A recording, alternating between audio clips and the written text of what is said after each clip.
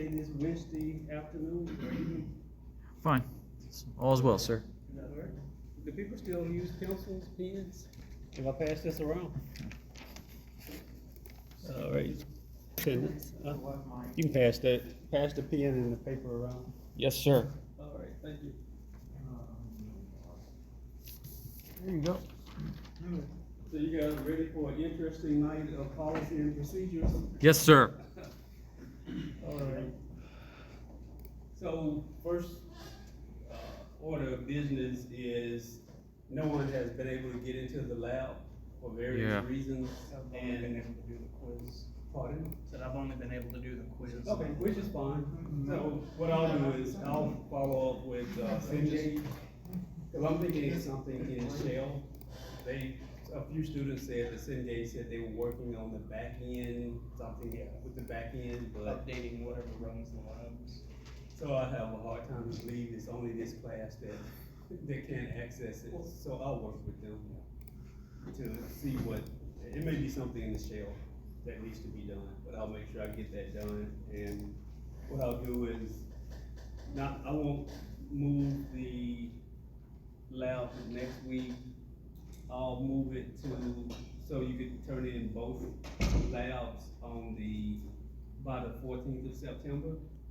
That's awesome. I'll just change those dates, so that way you don't have to turn in multiple things next week. And also, the pre-assignment, I'm going to change the week 2 and add the pre-assignment. Pre-assessment assignment. Technically, it's usually due in June, like the first day of class. But what I've seen, it counts against your grade. So basically, you'll have a better idea of cybersecurity after tonight and next week. And then when you take it, you should do well. And when you take the finals, you should do even better. So I'm taking a different approach this term, but I need to add it to your assignment. And every Monday, I'll send an announcement explaining what's due that week. And I try to add something around AI to the announcement as well, so you guys can go in and prompt. And when you come to class, let me know how it worked out, whatever you prompted. Do you feel it helped you to learn, or should I change my approach and add something else? So this is a learning experience for all of us. I want it to be fun. I want us to be able to understand cybersecurity and understand, especially this class, because it's the foundation to all things cybersecurity. Because we'll get a little bit into governance tonight, but the governance of your cybersecurity program sets the direction for your organization. So that being said, questions, comments, anything before we get started? How will you get the access code to us? Pardon? How will you get the access code to us in time? Oh, the access code? Yeah, so we can be able to access the lab assignments. Oh, yeah. So you're able to do the quizzes, but not the labs, correct? Yeah. Oh, okay. Yeah, I'll have all that fixed this week, and I'll send an announcement out once that's fixed.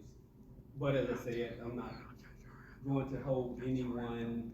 I'm not going to penalize anyone, and I'll push back this week and last week's lab assignments to the 14th. So you have plenty of time to do it. And then, what were you saying about the pre-assessment? The pre-assessment, I'm going to put it down for the due date for September the 8th. And I'm not sure if you may have already done it, but I'll see if I give another chance. Yeah, cause You probably, when you did it, probably said, oh, this is a little bit tougher than. well, no, I was cool with it, cause I'm like, it's a pre-assessment, I know I wasn't gonna do so well, but I didn't know if it was counted towards the grade or if it was just an actual assessment. Yeah, it does, so I'll give another attempt and then I'll do on the 8th. That'll work, thank you. Okay, you're welcome. Any other questions, concerns? I held back on that, I held back on the pre-assessment. Okay, yeah, that was a smart move. It's not. Estimate, because it may be a free lot, but yeah, that's a way, and I did that on purpose, just because this is still technically a first class. Okay, good deal, yeah, thank you. Go ahead. Are we doing, discussions? We can, I just saw it on here. yeah, it's a little different than the other class we had. It's not mandatory. I can add some like AI type of questions. It could be voluntary. We go in, do the questions, come to class, we can talk about it. Good questions all around. Anything additional? And the knowledge virtual lab prerequisite one, the first one, are you gonna change the due date? Yes, I am. Gonna change the due date to the 14th. Okay. You're gonna assume trick me. I'm gonna say, oh no, change the due date to 8 to tomorrow. All right, so going into tonight, we'll do the PowerPoint. So management of cybersecurity, introduction to the management of cybersecurity. So when I say management, what do you guys think about if you're managing something? Handling or maintaining. Maintaining, handling, monitoring, Observing. observing. So why do you think managing of cybersecurity, why would managing cybersecurity be important? Your people below, you have to watch them. You have to watch the people below. Yeah. Yes, the boarders wouldn't like to hear that, but in a nutshell, you're right. You have to make sure that, I consider it more than watching. You have to make sure that as I heard earlier, you're observing what's happening in the environment and you're giving the people the right tools to be successful, the right knowledge to be successful. When it comes to cybersecurity and any aspect of organization, what's that organization in business for? What the end goal of that business is what? Any business. What's the end goal of you when you go to work and a Friday comes or the paycheck comes? It's to make money. Make money and to be profitable. So that business is no different. Individual business, we have to make money. We have to be profitable in order to be successful. So from a cybersecurity perspective, the management of the business or the organization looks to protect the overall business outcome. It has to protect the money so that it can be profitable.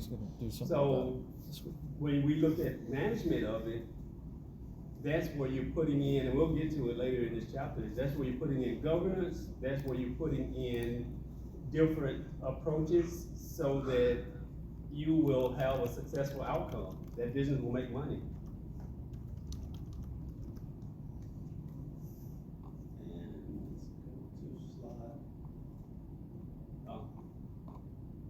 Icebreaker. This class will be broken up into pairs of students. Each pair of students, we're not gonna do this, but basically what we'll do instead of this is I'll show a video around some attacks, because ultimately when we get into policy and procedure, it's about governing your organization, putting governance around your cybersecurity program. And this class won't get into really the understanding of going into different tools and working those tools. It's around making sure that the business is successful. So yeah, we'll have labs, but the ultimate goal is to ensure that you understand how the different tools work to protect your environment. It's all about risk management, and it's about ensuring that your organization is protected. Before I watch the video, when I started working at a mission critical hospital roughly 12 years ago. I didn't have any background in cybersecurity. I was coming from a network operation perspective. And believe it or not, the organization didn't have a security program in place. So what we did, and I may have mentioned it last week, or to some of you who've been in my class, you probably already know some of the story. I did a penetration test. That penetration test pulled all of the vulnerabilities, and from that, I went in and, welcome to class, Mr. Geary. So I went in, I pulled reports from what's called Gartner to find different best practice and hire what they call right quadrant businesses. Then we came in, we put in different measures to protect against those different vulnerabilities that we had. So we'll go through like the structure of threats and how it works tonight. But ultimately, it's all about protecting your outcomes and the valuable assets within your organization. We'll get started with an attack that happened.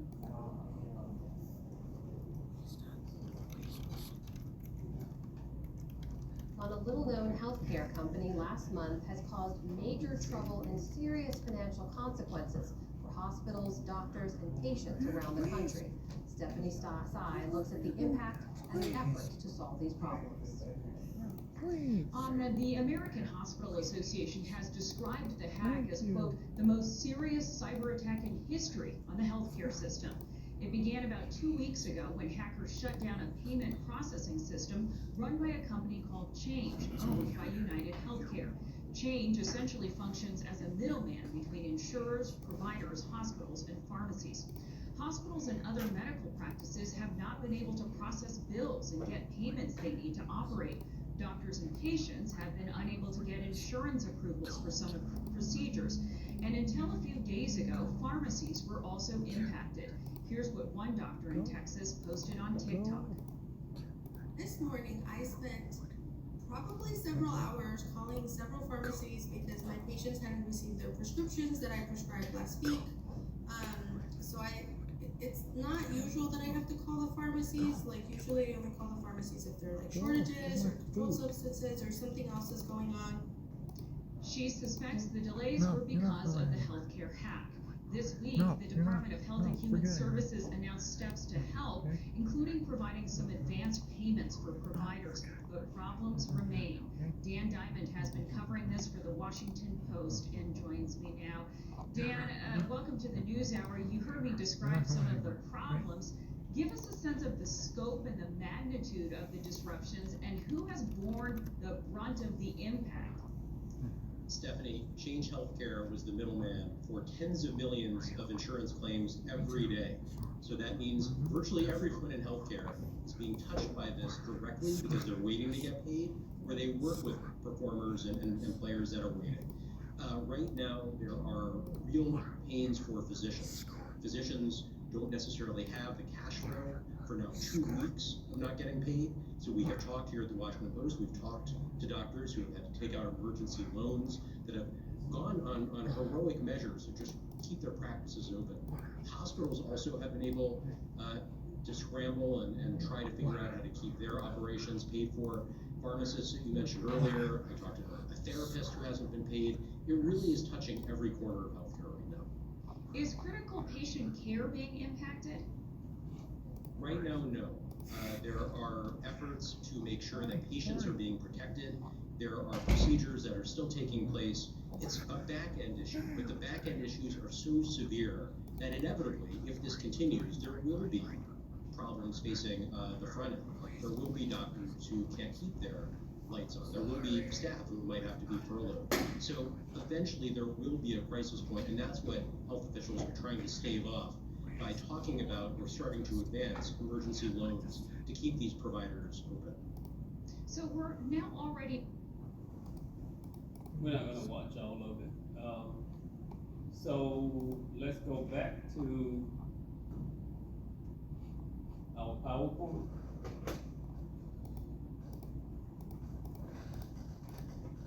And let's go up to the chapter objectives. So looking at that video on Change Healthcare, we'll go through some of the key characteristics of cybersecurity. We'll look at the 12 dominant characteristics of threats. We'll explain what threats are, threat agents, assets, etc. We'll look at the differentiating the types of management and roles. One of the first things that I mentioned. So before we get into what is information assets, from watching that video, what impacts do you feel the overall hack had on the assets of that organization? And we'll talk about that case as we go throughout today's lesson. So from an asset perspective, what did some of the doctors say? They had to go out and take loans in order to ensure that they had money. And ultimately, when we look at focusing on cybersecurity is protecting information assets. So what are some of the assets that, according to that video, that were impacted? It was the data, like the actual medicine. What else did they say was impacted? Insurance? Processing. So overall, when we say assets, what is an asset? Something that has value. And for this class, or in cybersecurity or information systems, what are assets? The data is very important assets because that is individuals' personal records, their social security numbers, their medical records, their credit card numbers, etc. So when we're setting up a cybersecurity program, it's important, as I said earlier, we're looking at the overall outcomes of that business, and we need to understand what are the valuable assets at that organization. Then we look at cybersecurity must involve 3 distinct groups of managers. Can anyone elaborate on this? Why do you think we talk about having field of cybersecurity, field of IT, and also the rest of the organization? Why would that be important when we look at cybersecurity? Why can't we have a cybersecurity manager or cybersecurity leader, VP, or Chief Information Security Officer, and then not have field of IT managers, etc., and the rest of the organization have different managers? What do you think would happen? Because each group is gonna have different views on how something is going to affect the company. Each will have different views on the impact to the organization. Good answer. Anyone else? Go ahead. There'll be different types of processes to do things. Different type of processes and ways things are done. Anyone else? Anyone additional? I think because cybersecurity is robust and there's so many things going on, you probably want someone to focus on cybersecurity. That, like, if I think of a business just having a manager, you wouldn't want your head of security also doing customer service. So you just want somebody to focus on what they want to focus on. Yeah, you want this separation of duties. You want to ensure, to your point, that your cybersecurity manager should be an expert when it comes to cybersecurity, but that cybersecurity manager may not be an expert when it comes to marketing or accounting or one of the other areas. But as the field grows, you need experts in each one of those areas. It's like this second one, field of IT. You need experts in the overall IT, so that as you're building out your cybersecurity program, all of the critical components fall within the IT systems. So you don't want your IT systems or chief information security officer heading your operations and heading your cybersecurity, because what happens in organizations is at the end of the year, they have this thing called bonuses.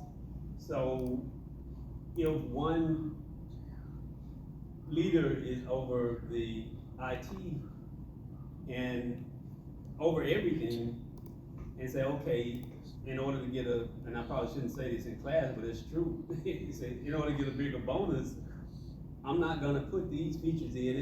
It may jeopardize the organization, but ultimately, my goal is to make my $100,000 bonus.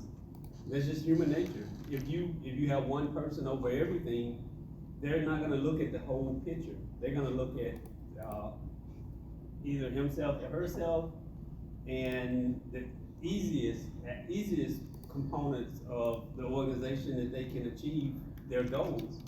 But by having your different fields, by having your overall system leaders, by having your overall organizational leaders, you're able to build out a cybersecurity program that's going to not only protect your environment, but it's gonna protect the ultimate goal of that environment, to business outcomes, profitability, and protection of your valuable assets. You know, additional, the dominant areas of cybersecurity include, listed here, we have the cybersecurity, computer security, communication systems, network systems, and operational security, physical security. What are those? I'm throwing out words, but what is cybersecurity? And we'll look at it on the next slide if you're moving ahead. But when you think of cybersecurity, everyone in here had at least the computer concepts. And I know we talked about cybersecurity in there. So when you think of cybersecurity, what is it? Hardware. It's anything that touches the internet. Anything that touches the internet, Internet of Things. Internet of Things. Yep. Protection of assets. Protecting the assets. What are computer security? What is computer security? Protecting your computer, protecting the systems, protecting the assets on that. Information assets. Computer security is computerized information processing systems and the data they contain and process. Yeah, exactly. Thank you. Very, very good answer. And then network security. What is network security? Firewalls protecting your network, perimeter, edge servers.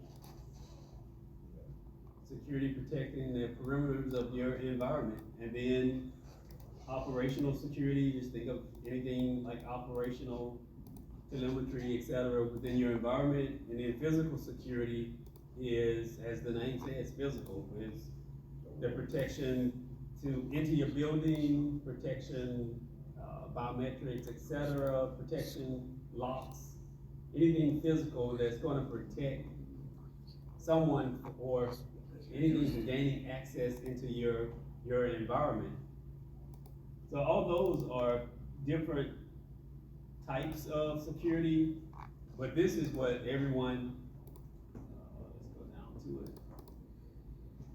This is the main, whenever you hear what is cybersecurity, this is what they are expressing and what you have to protect.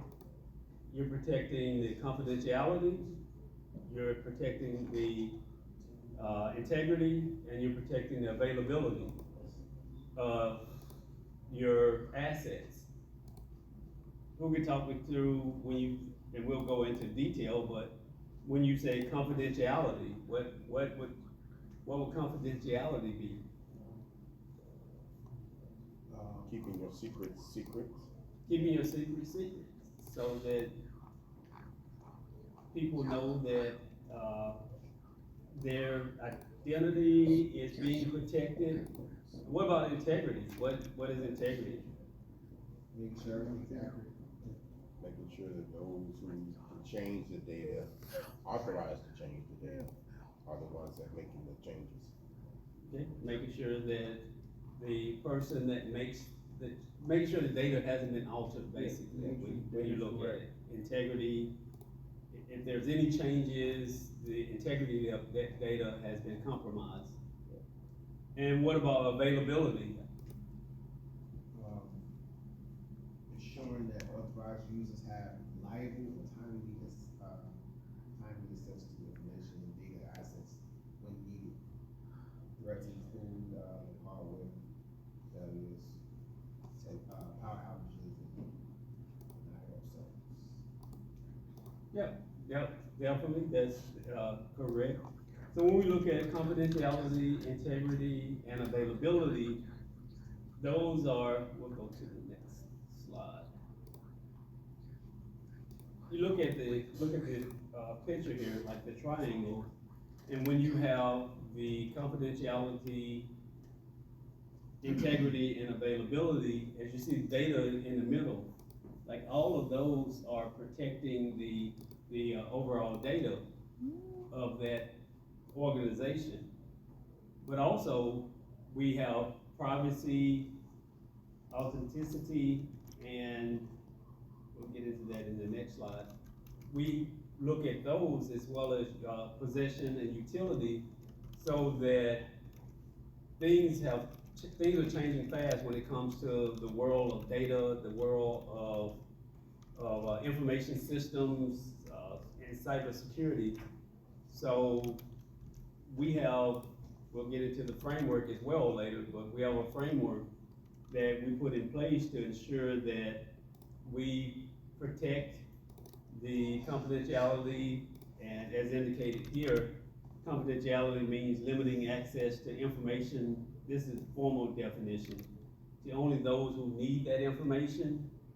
It measures classification, the securing documents, data storage, and any of the IT systems, and ensuring also that it has education, training, and awareness, so that overall individuals will understand the data and be able to put protection around it, because data is data, but you have to have an education program in place to fully understand your particular environment.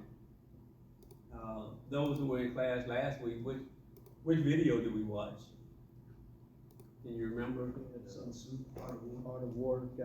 Art of War, and that focused on ensuring that you know yourself, meaning in cybersecurity, you know your environment. And by knowing your environment, you're able to protect it at a higher level. And how do you know your environment? You know it through education, you know it through understanding systems that you have, you know it through being able to collaborate with your other partners, your other peers, and just overall understanding the overall tools that you're able to use. Yeah, What's today's lesson about? Pardon? What's today's lesson about? Today's lesson is about the management of cybersecurity, going into looking at how an overall organization, you look at the overall business outcomes for the organization. And in order to protect the business outcomes or profitability of that organization, you have to ensure that, as we said, you have confidentiality, integrity, and availability for your organization's assets that you're protecting. But it's a lot more. That's just the beginning. Any other questions? Yeah, go So ahead. it's really critical that your peers are well trained. It used to be that I used to blame it's IT's problem, but now they gave it to us, we're accountable. Yeah, it's true. It's a process that everybody has to be a part of. And that's why at the beginning it talked about the 3 different types of management that are needed in order for your cybersecurity program to be effective. Because if you have one without the other, just like going back to this, if any of these are broken, if you don't have confidentiality, someone is gonna gain access to the data and your services. If integrity is broken, someone has gained access to that system, or someone has altered, in the case of integrity, someone has altered that data. So it's no different than someone breaking into it. If they've altered it, it's not authentic. And of course, availability is you can't gain access into the data. So each of those are critical for your organization to protect the critical infrastructure. And at the end of the day, basically, when you look at it, you're protecting the profitability of that organization. Then we have integrity. And when I mentioned integrity earlier, integrity is ensuring that the information has been validated as being whole, being complete, and also uncorrupted. Corruption can occur while information is being entered, stored, or transmitted. So when we look at integrity, let's go over to here. So when we look at the integrity of data, let's say data, D-A-T-A-G-E-R-I-T-Y, data integrity. If I spelled it right. Well, even if I misspell it, I'll misspell it again, but integrity. So we look at every bit of data that's entered into a system has a hash value. So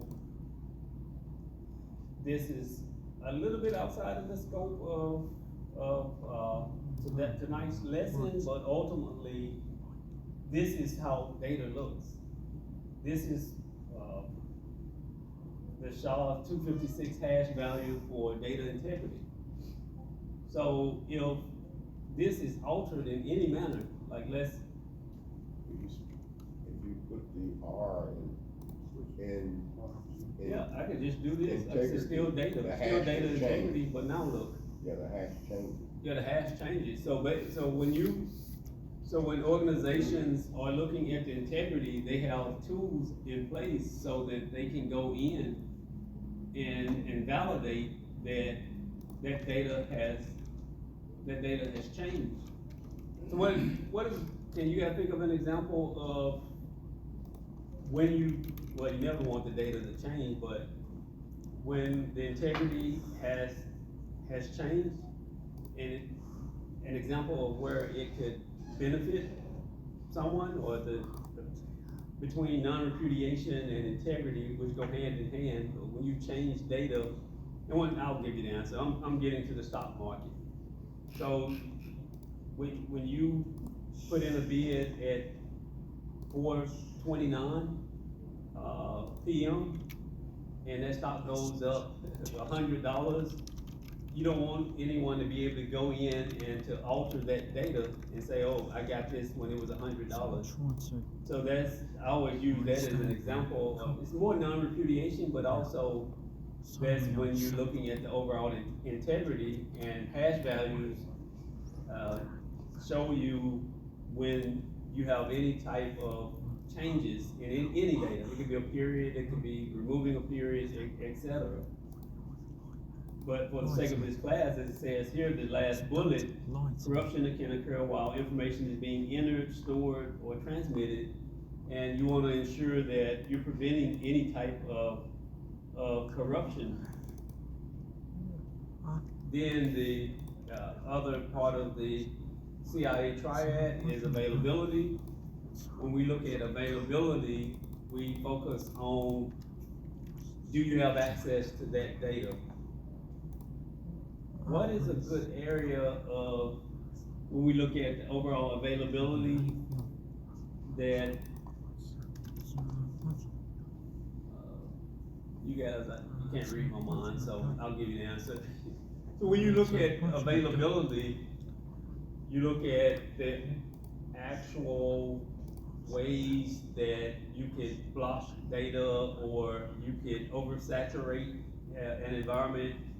So what am I getting to? When you're oversaturating, sending a lot of data to a server or to a router or to anything, what type of attack is that?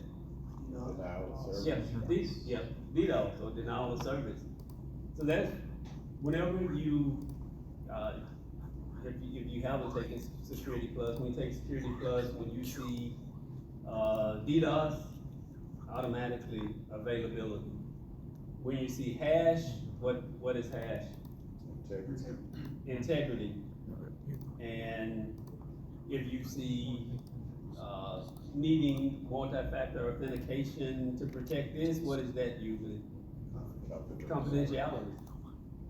So learning just those buzzwords is not only going to help you in this class, but in the market, and also when you start taking some of the certifications.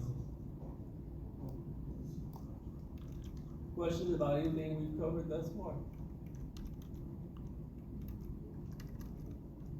All right, next up we look at privacy.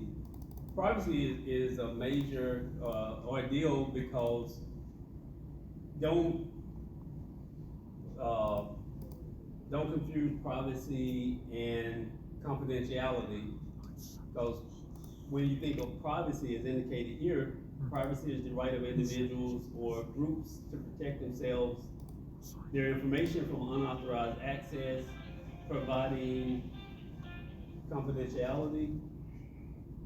So when we look at privacy, that's more of your right, and your right as an individual, so that yes, the confidentiality is being protected, but it's more around your particular rights.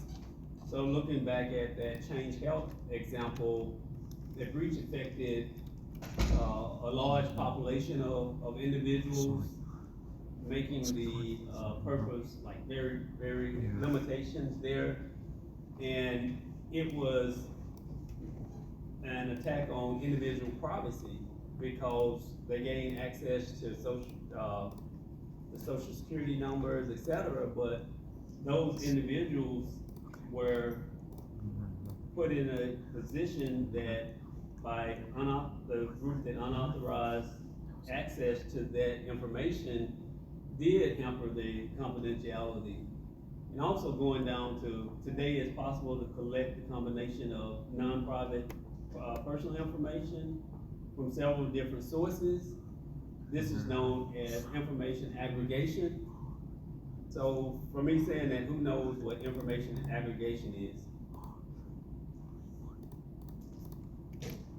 I didn't expect you to know it, but when we look at information aggregation, what that is public. It can be public information on an individual. I think I did this in one of my previous classes, to where you could take information from different sources and determine more of about the, well, infringe upon the privacy of an individual.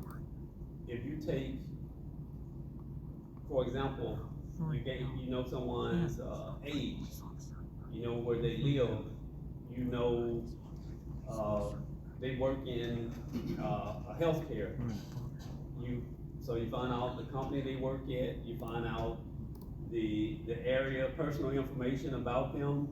So you're aggregating all that information to build a profile on that individual. And you're able, by building that profile, you're able to identify that person and what he or she does, and you're able to aggregate enough information so that while it may be public information, if you gain too much information from public, you can actually, infringe upon their private information. Does that make sense? You're pulling information from various sources, and I call it social engineering to a certain extent, where you're gaining access to that person's private information by knowing enough of the public information to aggregate and either social engineer or gain access to their private information. Then you have identification. So when we look at identification, I think we all know what ID is, or identification. So when we look at the overall identification, we look at the control mechanisms where unverified entities who seek access to the resources provide a label by which they are known to the ultimate system. So we're ensuring that we look at the identification that an individual, you would be able to claim the identity of, you being a hacker, be able to claim the identity of an individual. And by doing that, they would gain access to usernames, or gain access to their passwords, or gain access and put themselves in a position to authenticate into the person's server or personal email, or authenticate within a particular area of that organization. So once a person authenticates into like a server, or like I call it valuable information. What is it called? Once you compromise a person's access, and then you start to navigate from system to system. Anyone knows what that's called? Identity theft. Well, yeah, it's identity theft. It's breaking, and we'll get to it. So, yeah, so basically, once you gain access, you want to make sure that internally that you set up your environments for least privilege, and you want to ensure that even if someone gains access to your identification and your username and password, what do we want to have in place so that they still can't gain access into your other systems? Multi-factor authentication.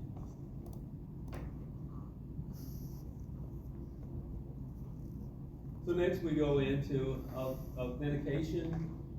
As I said earlier, authentication is when you have, it's an access control method so that individuals are able to protect their environment. It's a process where the controls are established, where the user or system has the identity to claim. But you always want to make sure that as you're setting up, as it says here on the next bullet, the individuals may disclose personal information, PINs, etc. But when you use the multi-factor authentication, although it has some weaknesses, but ultimately that's a method to where you're able to still protect the assets that the hacker is trying to gain access to. And the next up, we have authorization. Quick question, on the MFA, can the PIN be another example of MFA or no? Can you repeat that? Can a PIN number be used as MFA? Yeah, or multi-factor authentication. Can a PIN, because I get the first PIN, but then the second authorization, can that be a PIN as well, or no? It can, but you want to make sure as you're setting up your environment, I wouldn't have two of the same type of authentication methods. I would use Okta or which is also a PIN, but I would use that. Some people use email, which I don't wanna say anything bad about it, it is a form of multi-factor authentication, but if someone is already in your computer, and a lot of people's email is usually there.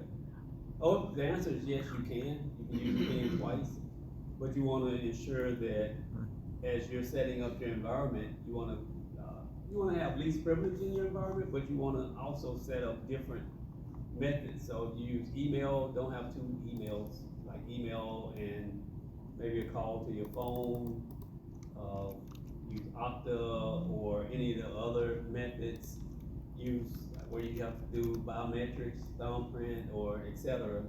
for that second form of authentication. And what's usually the first form of authentication?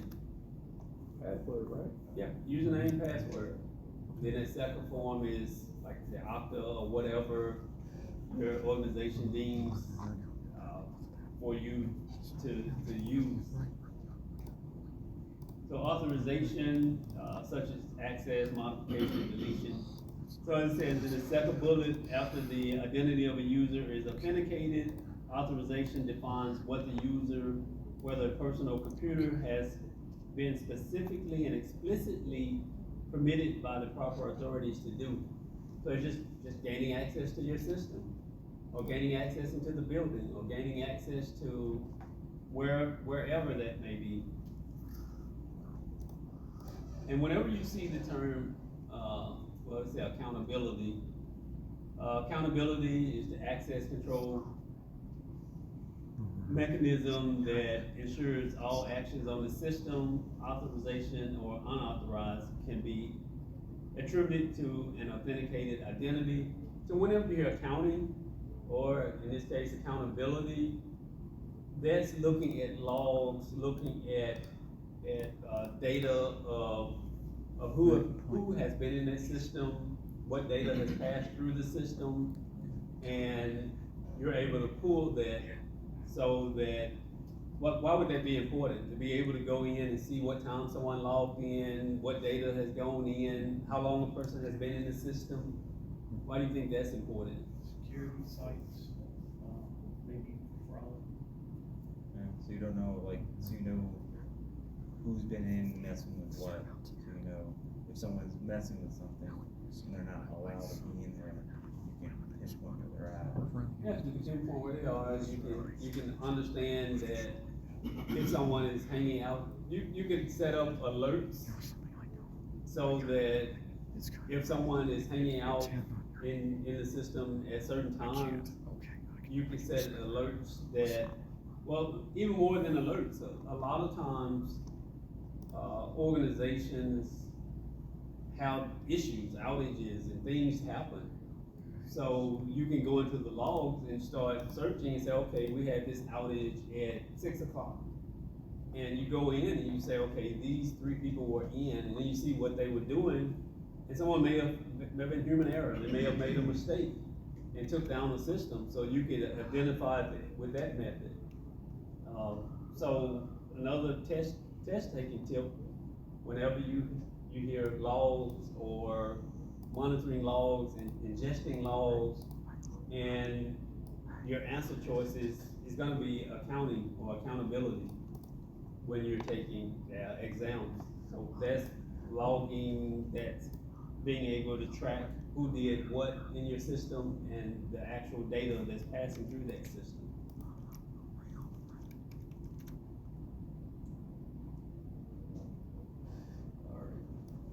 Then we have the key concepts of cybersecurity threats. So when we look at cybersecurity, we talked about the data, understanding assets, understanding why it's important to protect those assets. And now we look at the actual concepts, understanding when we say a threat, what could happen? And when you say a threat could a threat be a hurricane? What if you live in a hurricane zone? power. Yeah. A threat could be, as you said, then you have, an attack. So what is an attack? I think that one should be self-explanatory, but an attack, as it says here, represents an ongoing act against an asset. So if someone is attacking that asset, they are then a what? Threat agent. Threat agent. So that threat agent is who could do it, who is doing the actual attack.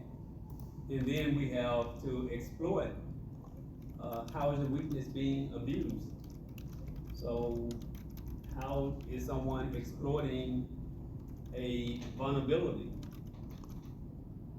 Which is, the next one. Vulnerability is a potential weakness in an asset or its defense control, where your controls are not present or no longer effective. So ultimately, traditionally, you have people who are looking to run scans and check your environment to find what? Vulnerabilities. And once they find those vulnerabilities, they do what? They exploit it. So they go in, they exploit that vulnerability, and when they exploit the vulnerability, they go in and they do typically, the goal is to do some type of vertical escalation, but they do a lateral escalation within your environment, like going from maybe one computer, another, to a server, like up vertically to a domain controller, ultimately to gain access to an environment that has all of the company's data. So once they gain that, then it's a breach to where they have the assets required from that hacker to do whatever they want to with it.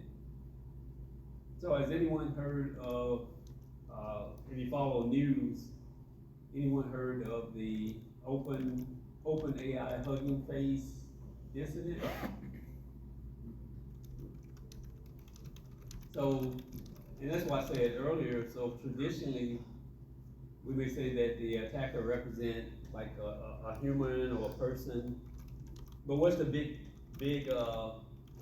area now, more than a buzzword, when you say technology, what does everyone think of, or what does everyone talk about? Yeah. AI.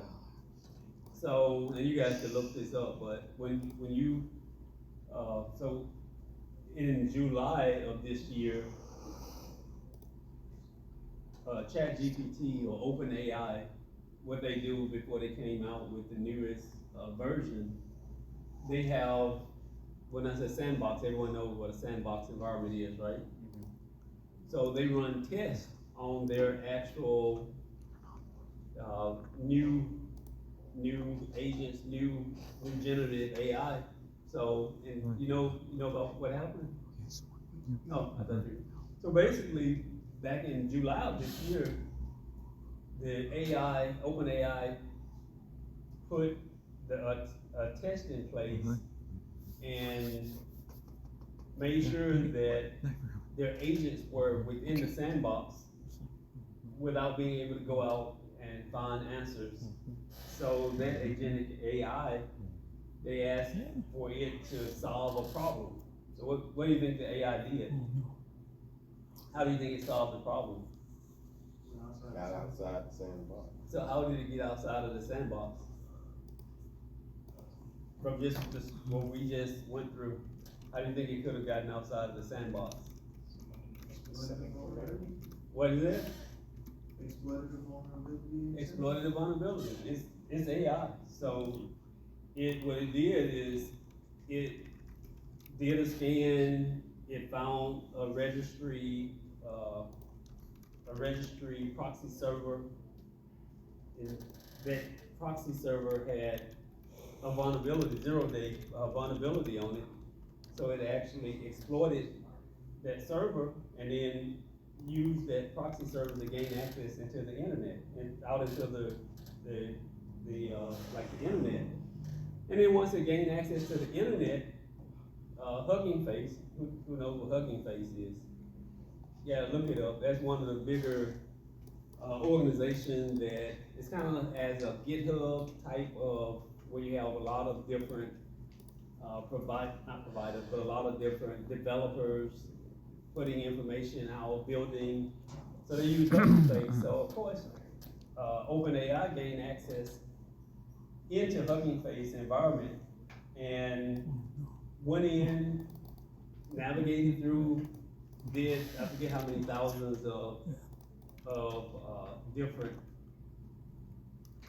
parts of their environment that they actually gained access to, but did a lateral attack. They went through, did lateral movement until they found the answer. So, and it reported the answer back. So Hugging Face finally found out that someone was in their environment and they figured out that it was it was no humans involved. It was just the AI agentic attack that gained access into their environment. And what they did is a little bit outside the scope of this class, but what they did is they ran their telemetry scans, and that's how they found the attack. But they couldn't stop it because when they tried to stop the attack, they were running it with AI also. So it said, no, we can't stop that because we don't know if you are part of the attack or not. So they had to go into their own sandbox, create their telemetry, and then from their sandbox go back and remediate the actual OpenAI attack. So look it up. It's very fascinating, but the reason I bring it up here is now it's more than just us, or not us, we're not hackers. It's more than humans doing the attacks. Now even agentic AI has the ability to find vulnerabilities, to exploit those vulnerabilities. So ultimately, the AI agentic agent is the threat agent, and performing the threat event, which, like when you get a chance, look it up. OpenAI Hugging Face, HUGGING attack. All right, let's see. Next up.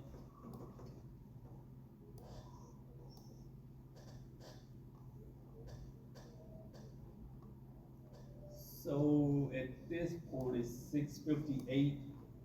So I'll give you guys a break until 7:08, and then we'll come back. We'll look at key concepts of like threat attacks. We'll go through the 12 different types, and then after that we'll get into management, looking at the different type of management and how each one of those impacts a cybersecurity program.